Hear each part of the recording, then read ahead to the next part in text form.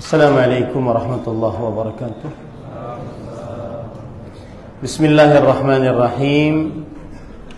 Innal hamdalillah nahmaduhu wa nasta'inuhu wa nastaghfiruh wa na'udzu billahi min shururi anfusina wa sayyiati a'malina. Man yahdihillahu fala mudilla lahu wa man yudlil fala hadiya lahu.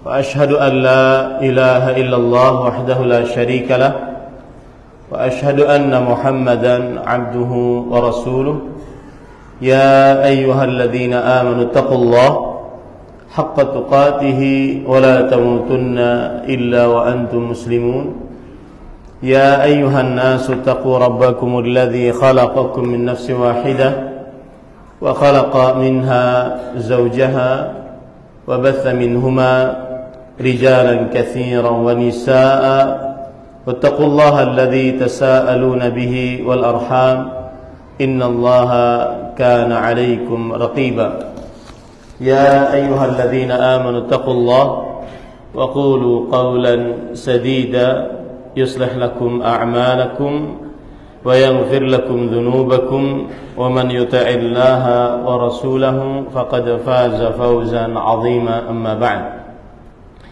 فإن أصدق الحديث كتاب الله وأحسن الهدي هدي محمد صلى الله عليه وعلى آله وسلم وشر الأمور محدثاتها وكل محدثة بدعة وكل بدعة ضلالة وكل ضلالة finnar. Alhamdulillah, kita bersyukur pada Allah Subhanahu wa taala pada hari ini, hari Ahad malam Senin 25 Safar 1445 Hijriah, kita dimudahkan oleh Allah Subhanahu wa taala untuk kembali duduk bersama di Masjid Nurul Iman Srengseng dalam sebuah kajian tematik dengan tema fikih berbakti kepada orang tua. Salawat dan salam semoga selalu Allah berikan kepada Nabi kita Muhammad sallallahu alaihi wa ala alihi wasallam, pada keluarga beliau, para sahabat, serta orang-orang yang mengikuti beliau sampai hari kiamat kelak. Dengan nama-nama Allah yang husna dan sifat-sifat yang ulia, kita berdoa, Allahumma inna nas'aluka ilman nafi'an wa rizqan tayyiban wa amalan mutaqabbala. Allahumma anfa'na bima 'allamtana wa 'allimna ma yanfa'una wa zidna ilma. Allahumma inna na'udzubika min 'ilmin la yanfa' wa min qalbin la yakhsha' wa min nafsin la tashba' wa min du'ain la yusma'. Allahumma amin. Ahibati fillah, afanillah wa iyyakum, jamaah Masjid Nurul Iman yang saya cintai karena Allah. Semoga Allah Subhanahu wa taala selalu memberikan afiat kepada kita di dunia dan di akhirat. Tema kita adalah fikih berbakti kepada kedua orang tua. Untuk tema bakti orang tua ini, saya beberapa kali mengisi dengan beberapa tema. Di antaranya tema yang pernah saya isi yaitu keutamaan berbakti kepada kedua orang tua, dan di situ menyebutkan tentang keutamaan-keutamaan yang begitu banyak dari berbakti kepada kedua orang tua. Seperti keutamaan bakti kepada orang tua adalah amalan yang paling dicintai oleh Allah Subhanahu wa taala. Keutamaan bakti kepada orang tua adalah senilai dengan berjihad di jalan Allah Subhanahu wa taala. Keutamaan bakti kepada orang tua adalah amalan yang menyebabkan masuk surga dari pintu yang paling megah di dalam surga. Bakti orang tua adalah menghapuskan dosa dan memberikan keselamatan dari api neraka. Bakti orang tua penyebab dikabulkannya doa dan dihilangkannya kesulitan. banyak sekali keutamaan-keutamaan dari berbakti kepada orang tua. Kemudian saya juga pernah mengisi tema bakti orang tua dengan bukti nyata berbakti kepada orang tua. Artinya apa saja yang dilakukan oleh seorang anak jika ingin berbakti kepada orang tua, baik orang tuanya masih hidup atau orang tuanya sudah meninggal. Nah, malam ini kita membicarakan tentang fikih berbakti pada orang tua. Apa bedanya dengan dua tema sebelumnya? Bedanya adalah lebih condong kepada permasalahan-permasalahan fikih dari berbakti kepada kedua orang tua.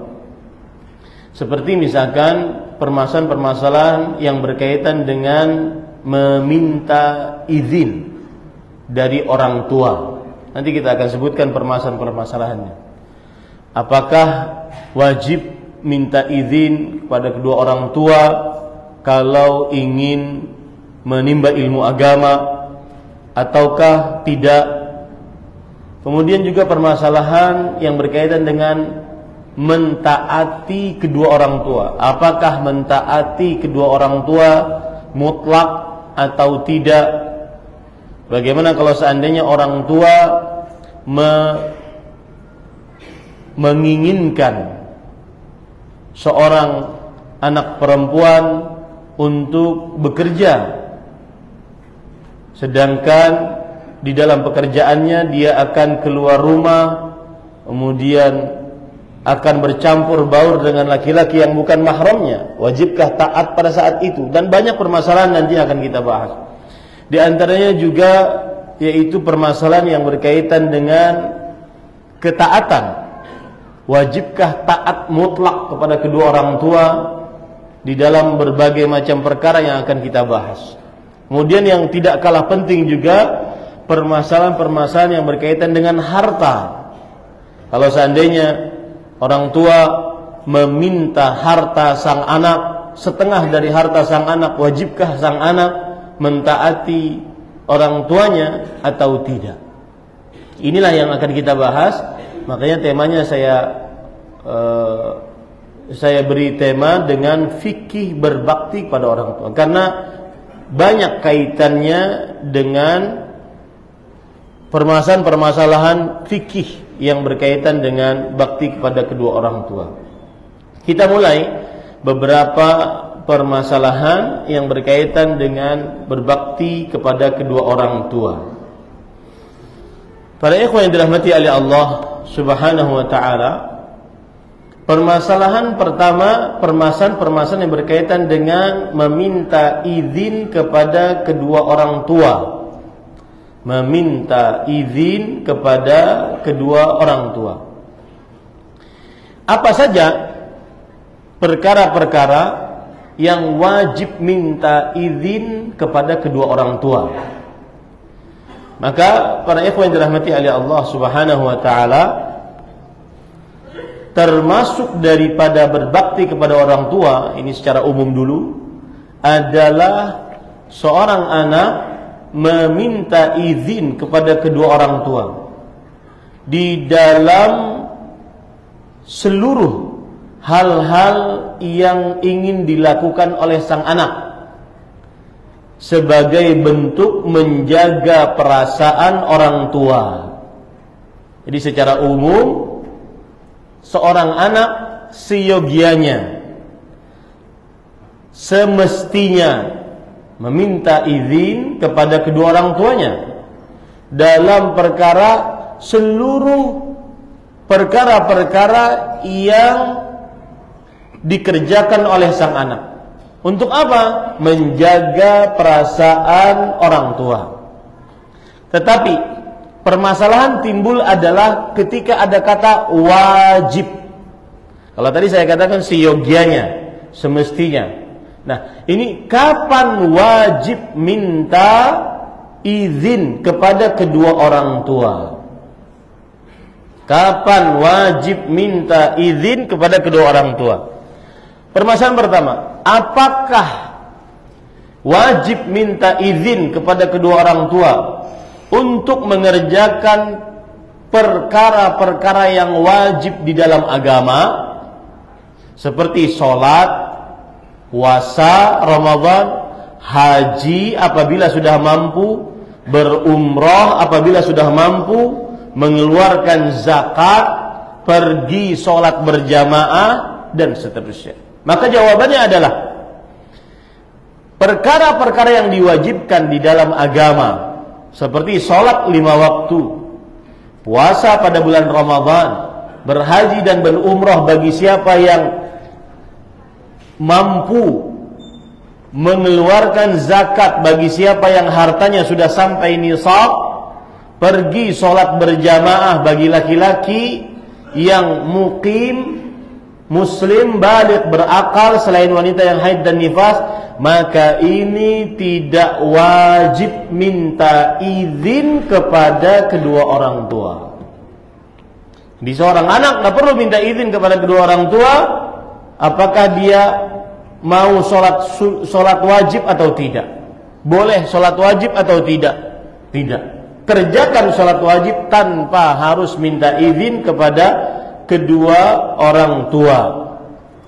Ini poin pertama. Poin yang kedua, permasalahan yang berkaitan dengan minta izin kepada kedua orang tua.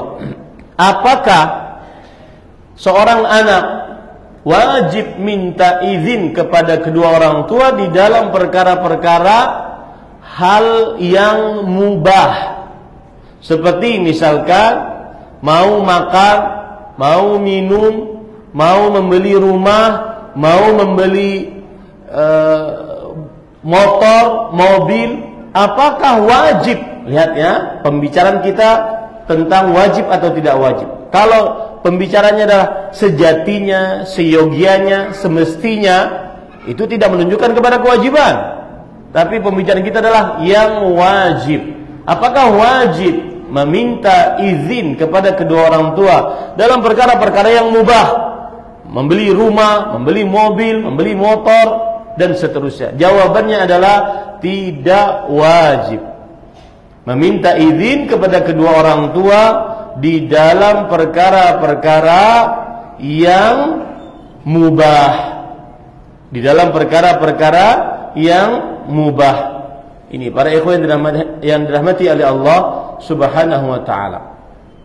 Kemudian permasalahan selanjutnya, apakah wajib, ini permasalahan yang ketiga, apakah wajib minta izin kepada kedua orang tua di dalam perkara-perkara yang membahayakan sang anak?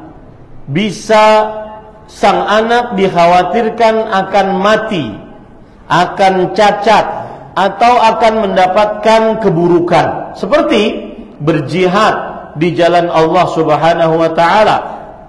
Apakah wajib untuk meminta izin?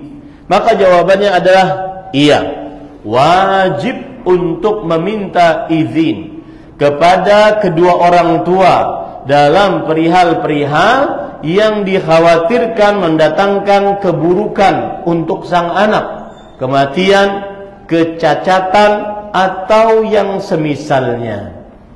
Kenapa? Karena Rasulullah Sallallahu Alaihi Wasallam ketika ada seorang pemuda yang meminta izin kepada beliau untuk berjihad, maka kemudian Rasul Sallallahu Alaihi Wasallam mengatakan, ahayyun walidat, apakah kedua orang tuamu masih hidup? Maka pemuda tersebut menjawab, na'am ya Rasulullah. Maka kemudian Rasul sallallahu alaihi wasallam bersabda, fa fihima fajahid. Iya wahai Rasulullah. Lalu Rasul sallallahu alaihi wasallam bersabda, maka berjihadlah dengan mengurus kedua orang tuamu.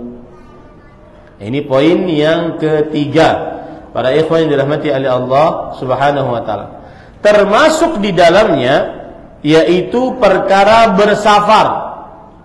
Bersafar dengan menaiki kapal, kapalnya di tengah lautan, dikhawatirkan ada kematian ataupun ada keburukan, maka ini wajib untuk anak minta izin kepada kedua orang tuanya.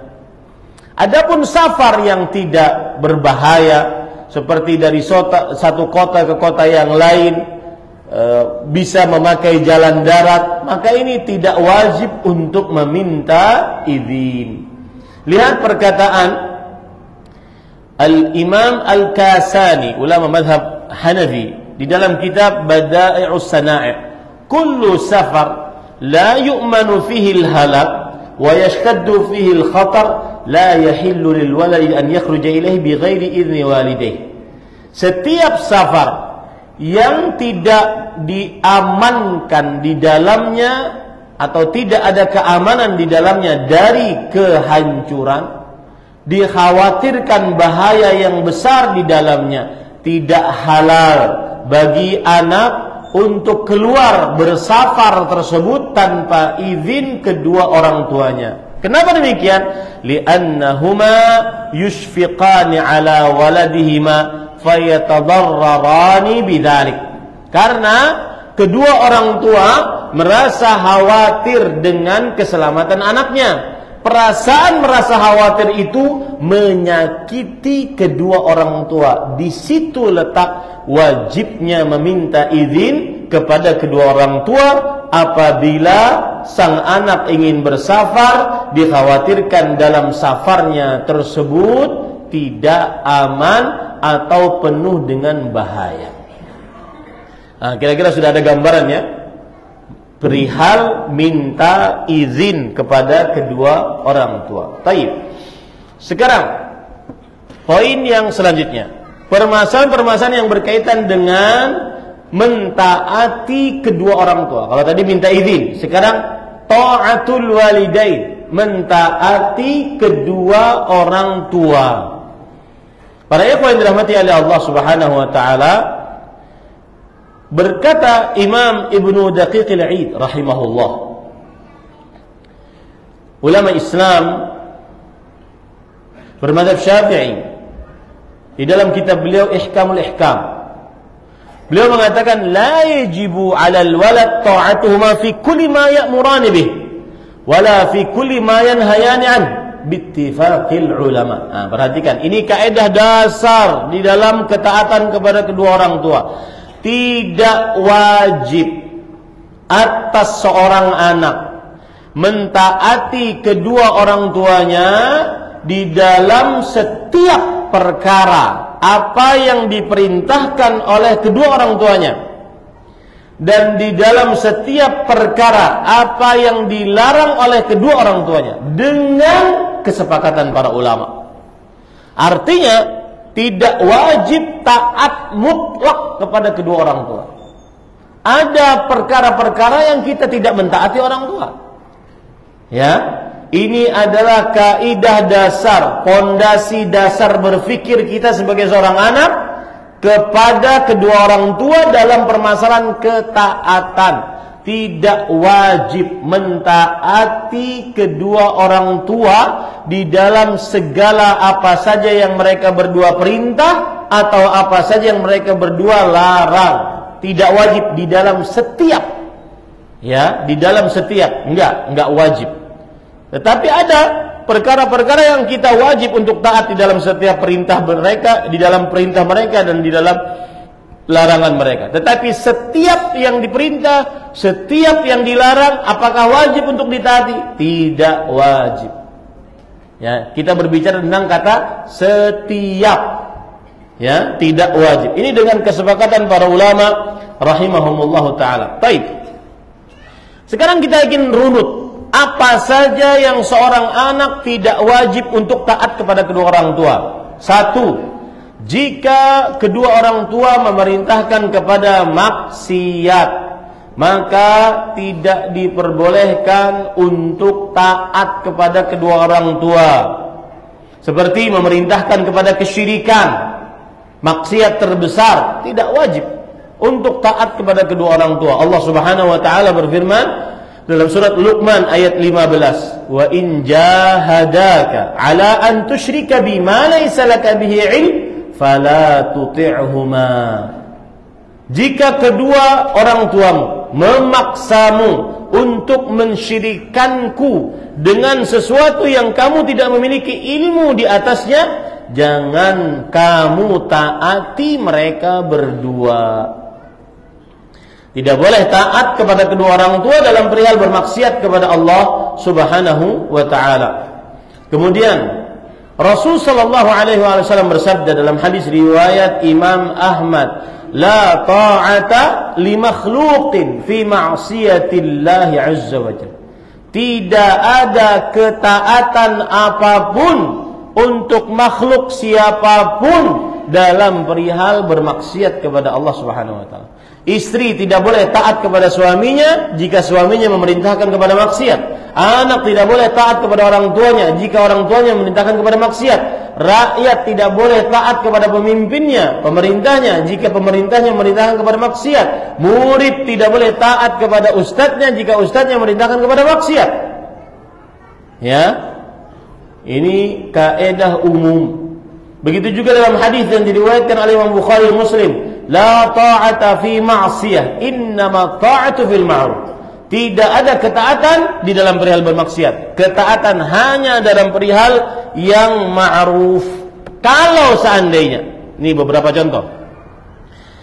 Kedua orang tua memerintahkan anaknya untuk meninggalkan perkara yang wajib, maka tidak boleh mentaati kedua orang tua tersebut. Ya, seperti misalkan kedua orang tua memerintahkan untuk meninggalkan sholat wajib, tidak boleh anak mentaatinya. Contoh yang lain lagi, kedua orang tua memerintahkan untuk anak tidak usah haji tahun ini, padahal dia sudah mampu. Tahun depan aja, tidak boleh taat kepada kedua orang tua. Kenapa? Karena al-hajju wajibun 'alal fawr. In istata'. Haji diwajibkan dengan segera bagi siapa yang sanggup. Tidak boleh diakhirkan dengan perintah orang tua. Tidak boleh taat kepada kedua orang tua dalam perihal bermaksiat kepada Allah Subhanahu wa taala. Kemudian ini sering terjadi. Contoh yang lain lagi, kedua orang tua melarang anak laki-laki atau anak perempuan yang sudah baligh untuk berpuasa pada bulan Ramadan. Kenapa? Karena mungkin kasihan, dianggap masih kecil, dianggap masih belum kuat. Maka dalam hal ini anak tidak wajib taat kepada kedua orang tuanya. Ya, ini kadang-kadang juga begitu. Cucu misalkan, saya punya anak, berarti ini anak adalah cucu dari papa saya, dari mama saya. Kemudian papa saya bilang, itu cucu saya nggak usah diwajibkan dulu puasa, padahal dia sudah balik. Maka kita sebagai anak tidak boleh taat, ya, dengan alasan apapun dari si kakek tadi yang merupakan kakek dari si cucu ini. Kenapa? Karena seorang muslim yang baligh, berakal, mukim, mampu, dan bukan wanita yang haid dan nifas, diwajibkan untuk berpuasa pada bulan Ramadan. Kemudian termasuk di dalamnya juga adalah orang tua memerintahkan anak laki-lakinya yang baligh, berakal, mampu pergi ke masjid untuk tidak sholat berjamaah di masjid, padahal tidak ada alasan, tidak ada rasa takut, tidak ada bahaya, maka tidak wajib sang anak taat kepada kedua orang tua dalam hal ini. Al-Imam Al-Bukhari rahimahullah meriwayatkan perkataan Al-Hasan Al-Basri, seorang ulama tabi'i, in mana'athu ummuhu 'anil 'isha fil jamaah syafaqatan lam yuti'ha. Jika ada seorang ibu melarang anak laki-lakinya untuk sholat berjamaah di masjid karena kasihan terhadap anak laki-lakinya, maka sang anak laki-laki tidak boleh mentaati ibunya. Kenapa disebutkan sholat isya para ikhwah? Karena dulu kalau sudah matahari terbenam, sholat isya maka dalam keadaan sangat gelap. Sekarang kita ini sedikit menyimpang. Sekarang kita ini tidak merasakan nikmat mata. Kenapa? Kapan gelap sedikit, terbenam matahari, langsung klik, kita bisa melihat lagi. Kurang menyadari nikmat mata. Dahulu sebelum adanya listrik, kita sangat sadar akan nikmat mata tersebut. Nanti apabila ada orang anak, mungkin umurnya sudah balik, umur 10 tahun atau umur 12 tahun sudah balik, ibunya kasihan. Kalau sang anak sholat isya berjamaah di masjid, maka sang ibu melarang anaknya untuk sholat isya berjamaah di masjid karena kasihan, maka tidak boleh taat kepada sang ibu. Disebutkan di dalam kitab Ghidha'ul Albab yang ditulis oleh As-Saffarini, Imam Ahmad rahimahullahu ta'ala ditanya, "Anir rajul yanhahu abuhu 'anis salati fi jama'ah." Imam Ahmad rahimahullah ditanya tentang seorang lelaki yang bapaknya melarangnya untuk mengerjakan sholat berjamaah. Jadi ada laki-laki, bapaknya melarang anak laki-laki ini pergi sholat berjamaah. Apa jawab Imam Ahmad? Laisa lahu ta'atuhu fil fardhi. Yang artinya tidak ada ketaatan yang wajib kepada orang tua dalam perihal ini. Ini para ikhwan dirahmati oleh Allah Subhanahu wa taala. Syekhul Islam Ibnu Taimiyah rahimahullah berkata, "Nususu Ahmad tadullu ala annahu la ta'ata lahumā fi tarkil fardh, wa hiya sharihatun fi 'adami tarkil jamā'ah wa 'adami ta'khiril hajj." Perkataan-perkataan tegas Imam Ahmad menunjukkan bahwa tidak boleh taat kepada kedua orang tua dalam meninggalkan perkara yang wajib seperti meninggalkan sholat berjamaah atau seperti mengakhirkan haji yang wajib. Baik, para ikhwan dirahmati oleh Allah Subhanahu wa taala. Permasalahan selanjutnya. Jika bapak memanggil anaknya yang laki-laki untuk duduk di atas permadani, kursi yang di atasnya ada kain sutra, apakah boleh sang anak duduk di atasnya? Perintah bapak, nah duduk sini nak, di atas sofa, dan sofanya terbuat dari sutra. Anaknya laki-laki, kita tahu bahwasanya laki-laki diharamkan untuk memakai sutra. Apakah sang anak laki-laki tadi taat atau tidak? Maka para ikhwan dirahmati oleh Allah Subhanahu wa taala, Imam Ahmad rahimahullah mengatakan la yadkhul alaih. Tidak boleh sang anak duduk di atasnya. Lalu bagaimana caranya? Yulafful bisa min tahti rijlaihi wa yadkhul. Dia lipat kain sutra tersebut, kemudian setelah itu baru dia bisa masuk atau bisa duduk. Tidak boleh taat kepada kedua orang tua dalam perihal bermaksiat kepada Allah Subhanahu wa taala. Nah, kemudian permasalahan selanjutnya, para ikhwan dirahmati oleh Allah. Ini banyak. Apakah seorang anak wajib taat kepada kedua orang tua jika orang tua memerintahkan untuk memutuskan hubungan rahim dengan kerabat? Kata sang bapak, saya tidak rela kamu berhubungan dengan dia. Dia pernah menyakiti saya. Apakah sang anak taat atau tidak? Maka para ikhwan yang dirahmati oleh Allah Subhanahu wa taala, sering terjadi antara ibu dengan saudari perempuan bercekcok, antara bapak dengan saudara laki-laki bercekcok. Maka kemudian sang bapak atau sang ibu berkata, jangan kalian jenguk dia. Sang ibu berkata, jangan kalian jenguk paman kalian. jangan kalian jenguk bibi kalian. Maka ini perintah, tetapi perintah untuk memutuskan hubungan rahim. Apakah boleh ditaati atau tidak? Maka jawabannya ini adalah perkara yang mungkar. Karena memutuskan hubungan rahim adalah dosa besar, menyebabkan amal tidak terangkat kepada Allah Subhanahu wa taala. Maka tidak boleh ditaati orang tua dalam perihal ini. Lalu sikap kita bagaimana, Ustaz? Maka sikap kita adalah melakukan namanya mudarah. Apa itu mudarat? Mudarat adalah mungkin orang tua kita melihat kita menjauhinya, padahal kita tidak menjauhinya.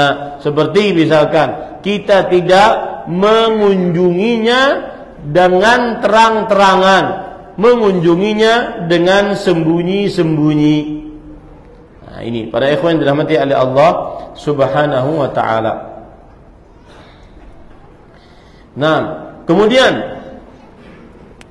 apakah wajib taat kepada orang tua apabila kita laki-laki, anak laki-laki, diperintahkan oleh orang tua kita untuk bersalaman dengan anak paman perempuan, anak perempuan dari paman kita, yaitu sepupu perempuan? Maka jawabannya adalah tidak boleh taat bersalaman dengan perempuan yang bukan mahram. Kenapa? Karena itu maksiat. Ya, karena itu adalah maksiat. Allah berfirman dalam surah Al-Maidah ayat 2, "Wa ta'awanu 'alal birri wat taqwa wa la ta'awanu 'alal itsmi wal 'udwan." Jangan saling tolong-menolong di dalam dosa dan permusuhan. Saling tolong-menolonglah di dalam takwa dan kebaikan.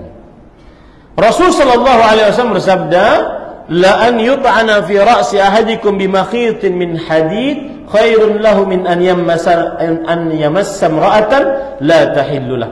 Sungguh seseorang terperosok atau ditusukkan paku pada kepalanya lebih baik daripada dia bersalaman menyentuh perempuan yang tidak halal untuknya.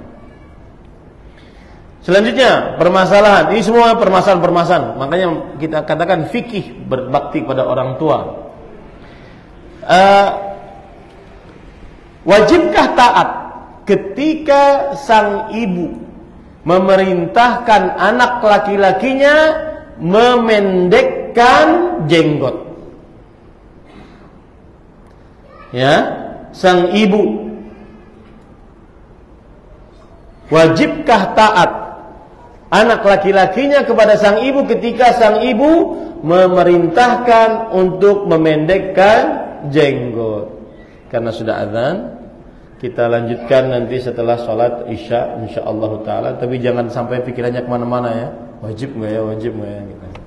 Ya, karena ini masalah jenggot saya akan perpanjang sedikit. Mudah-mudahan setelah selesai sholat isya kita lanjutkan. Wallahu a'lam. Sallallahu Nabi Muhammad. Walhamdulillah rabbil alamin. Allahu akbar.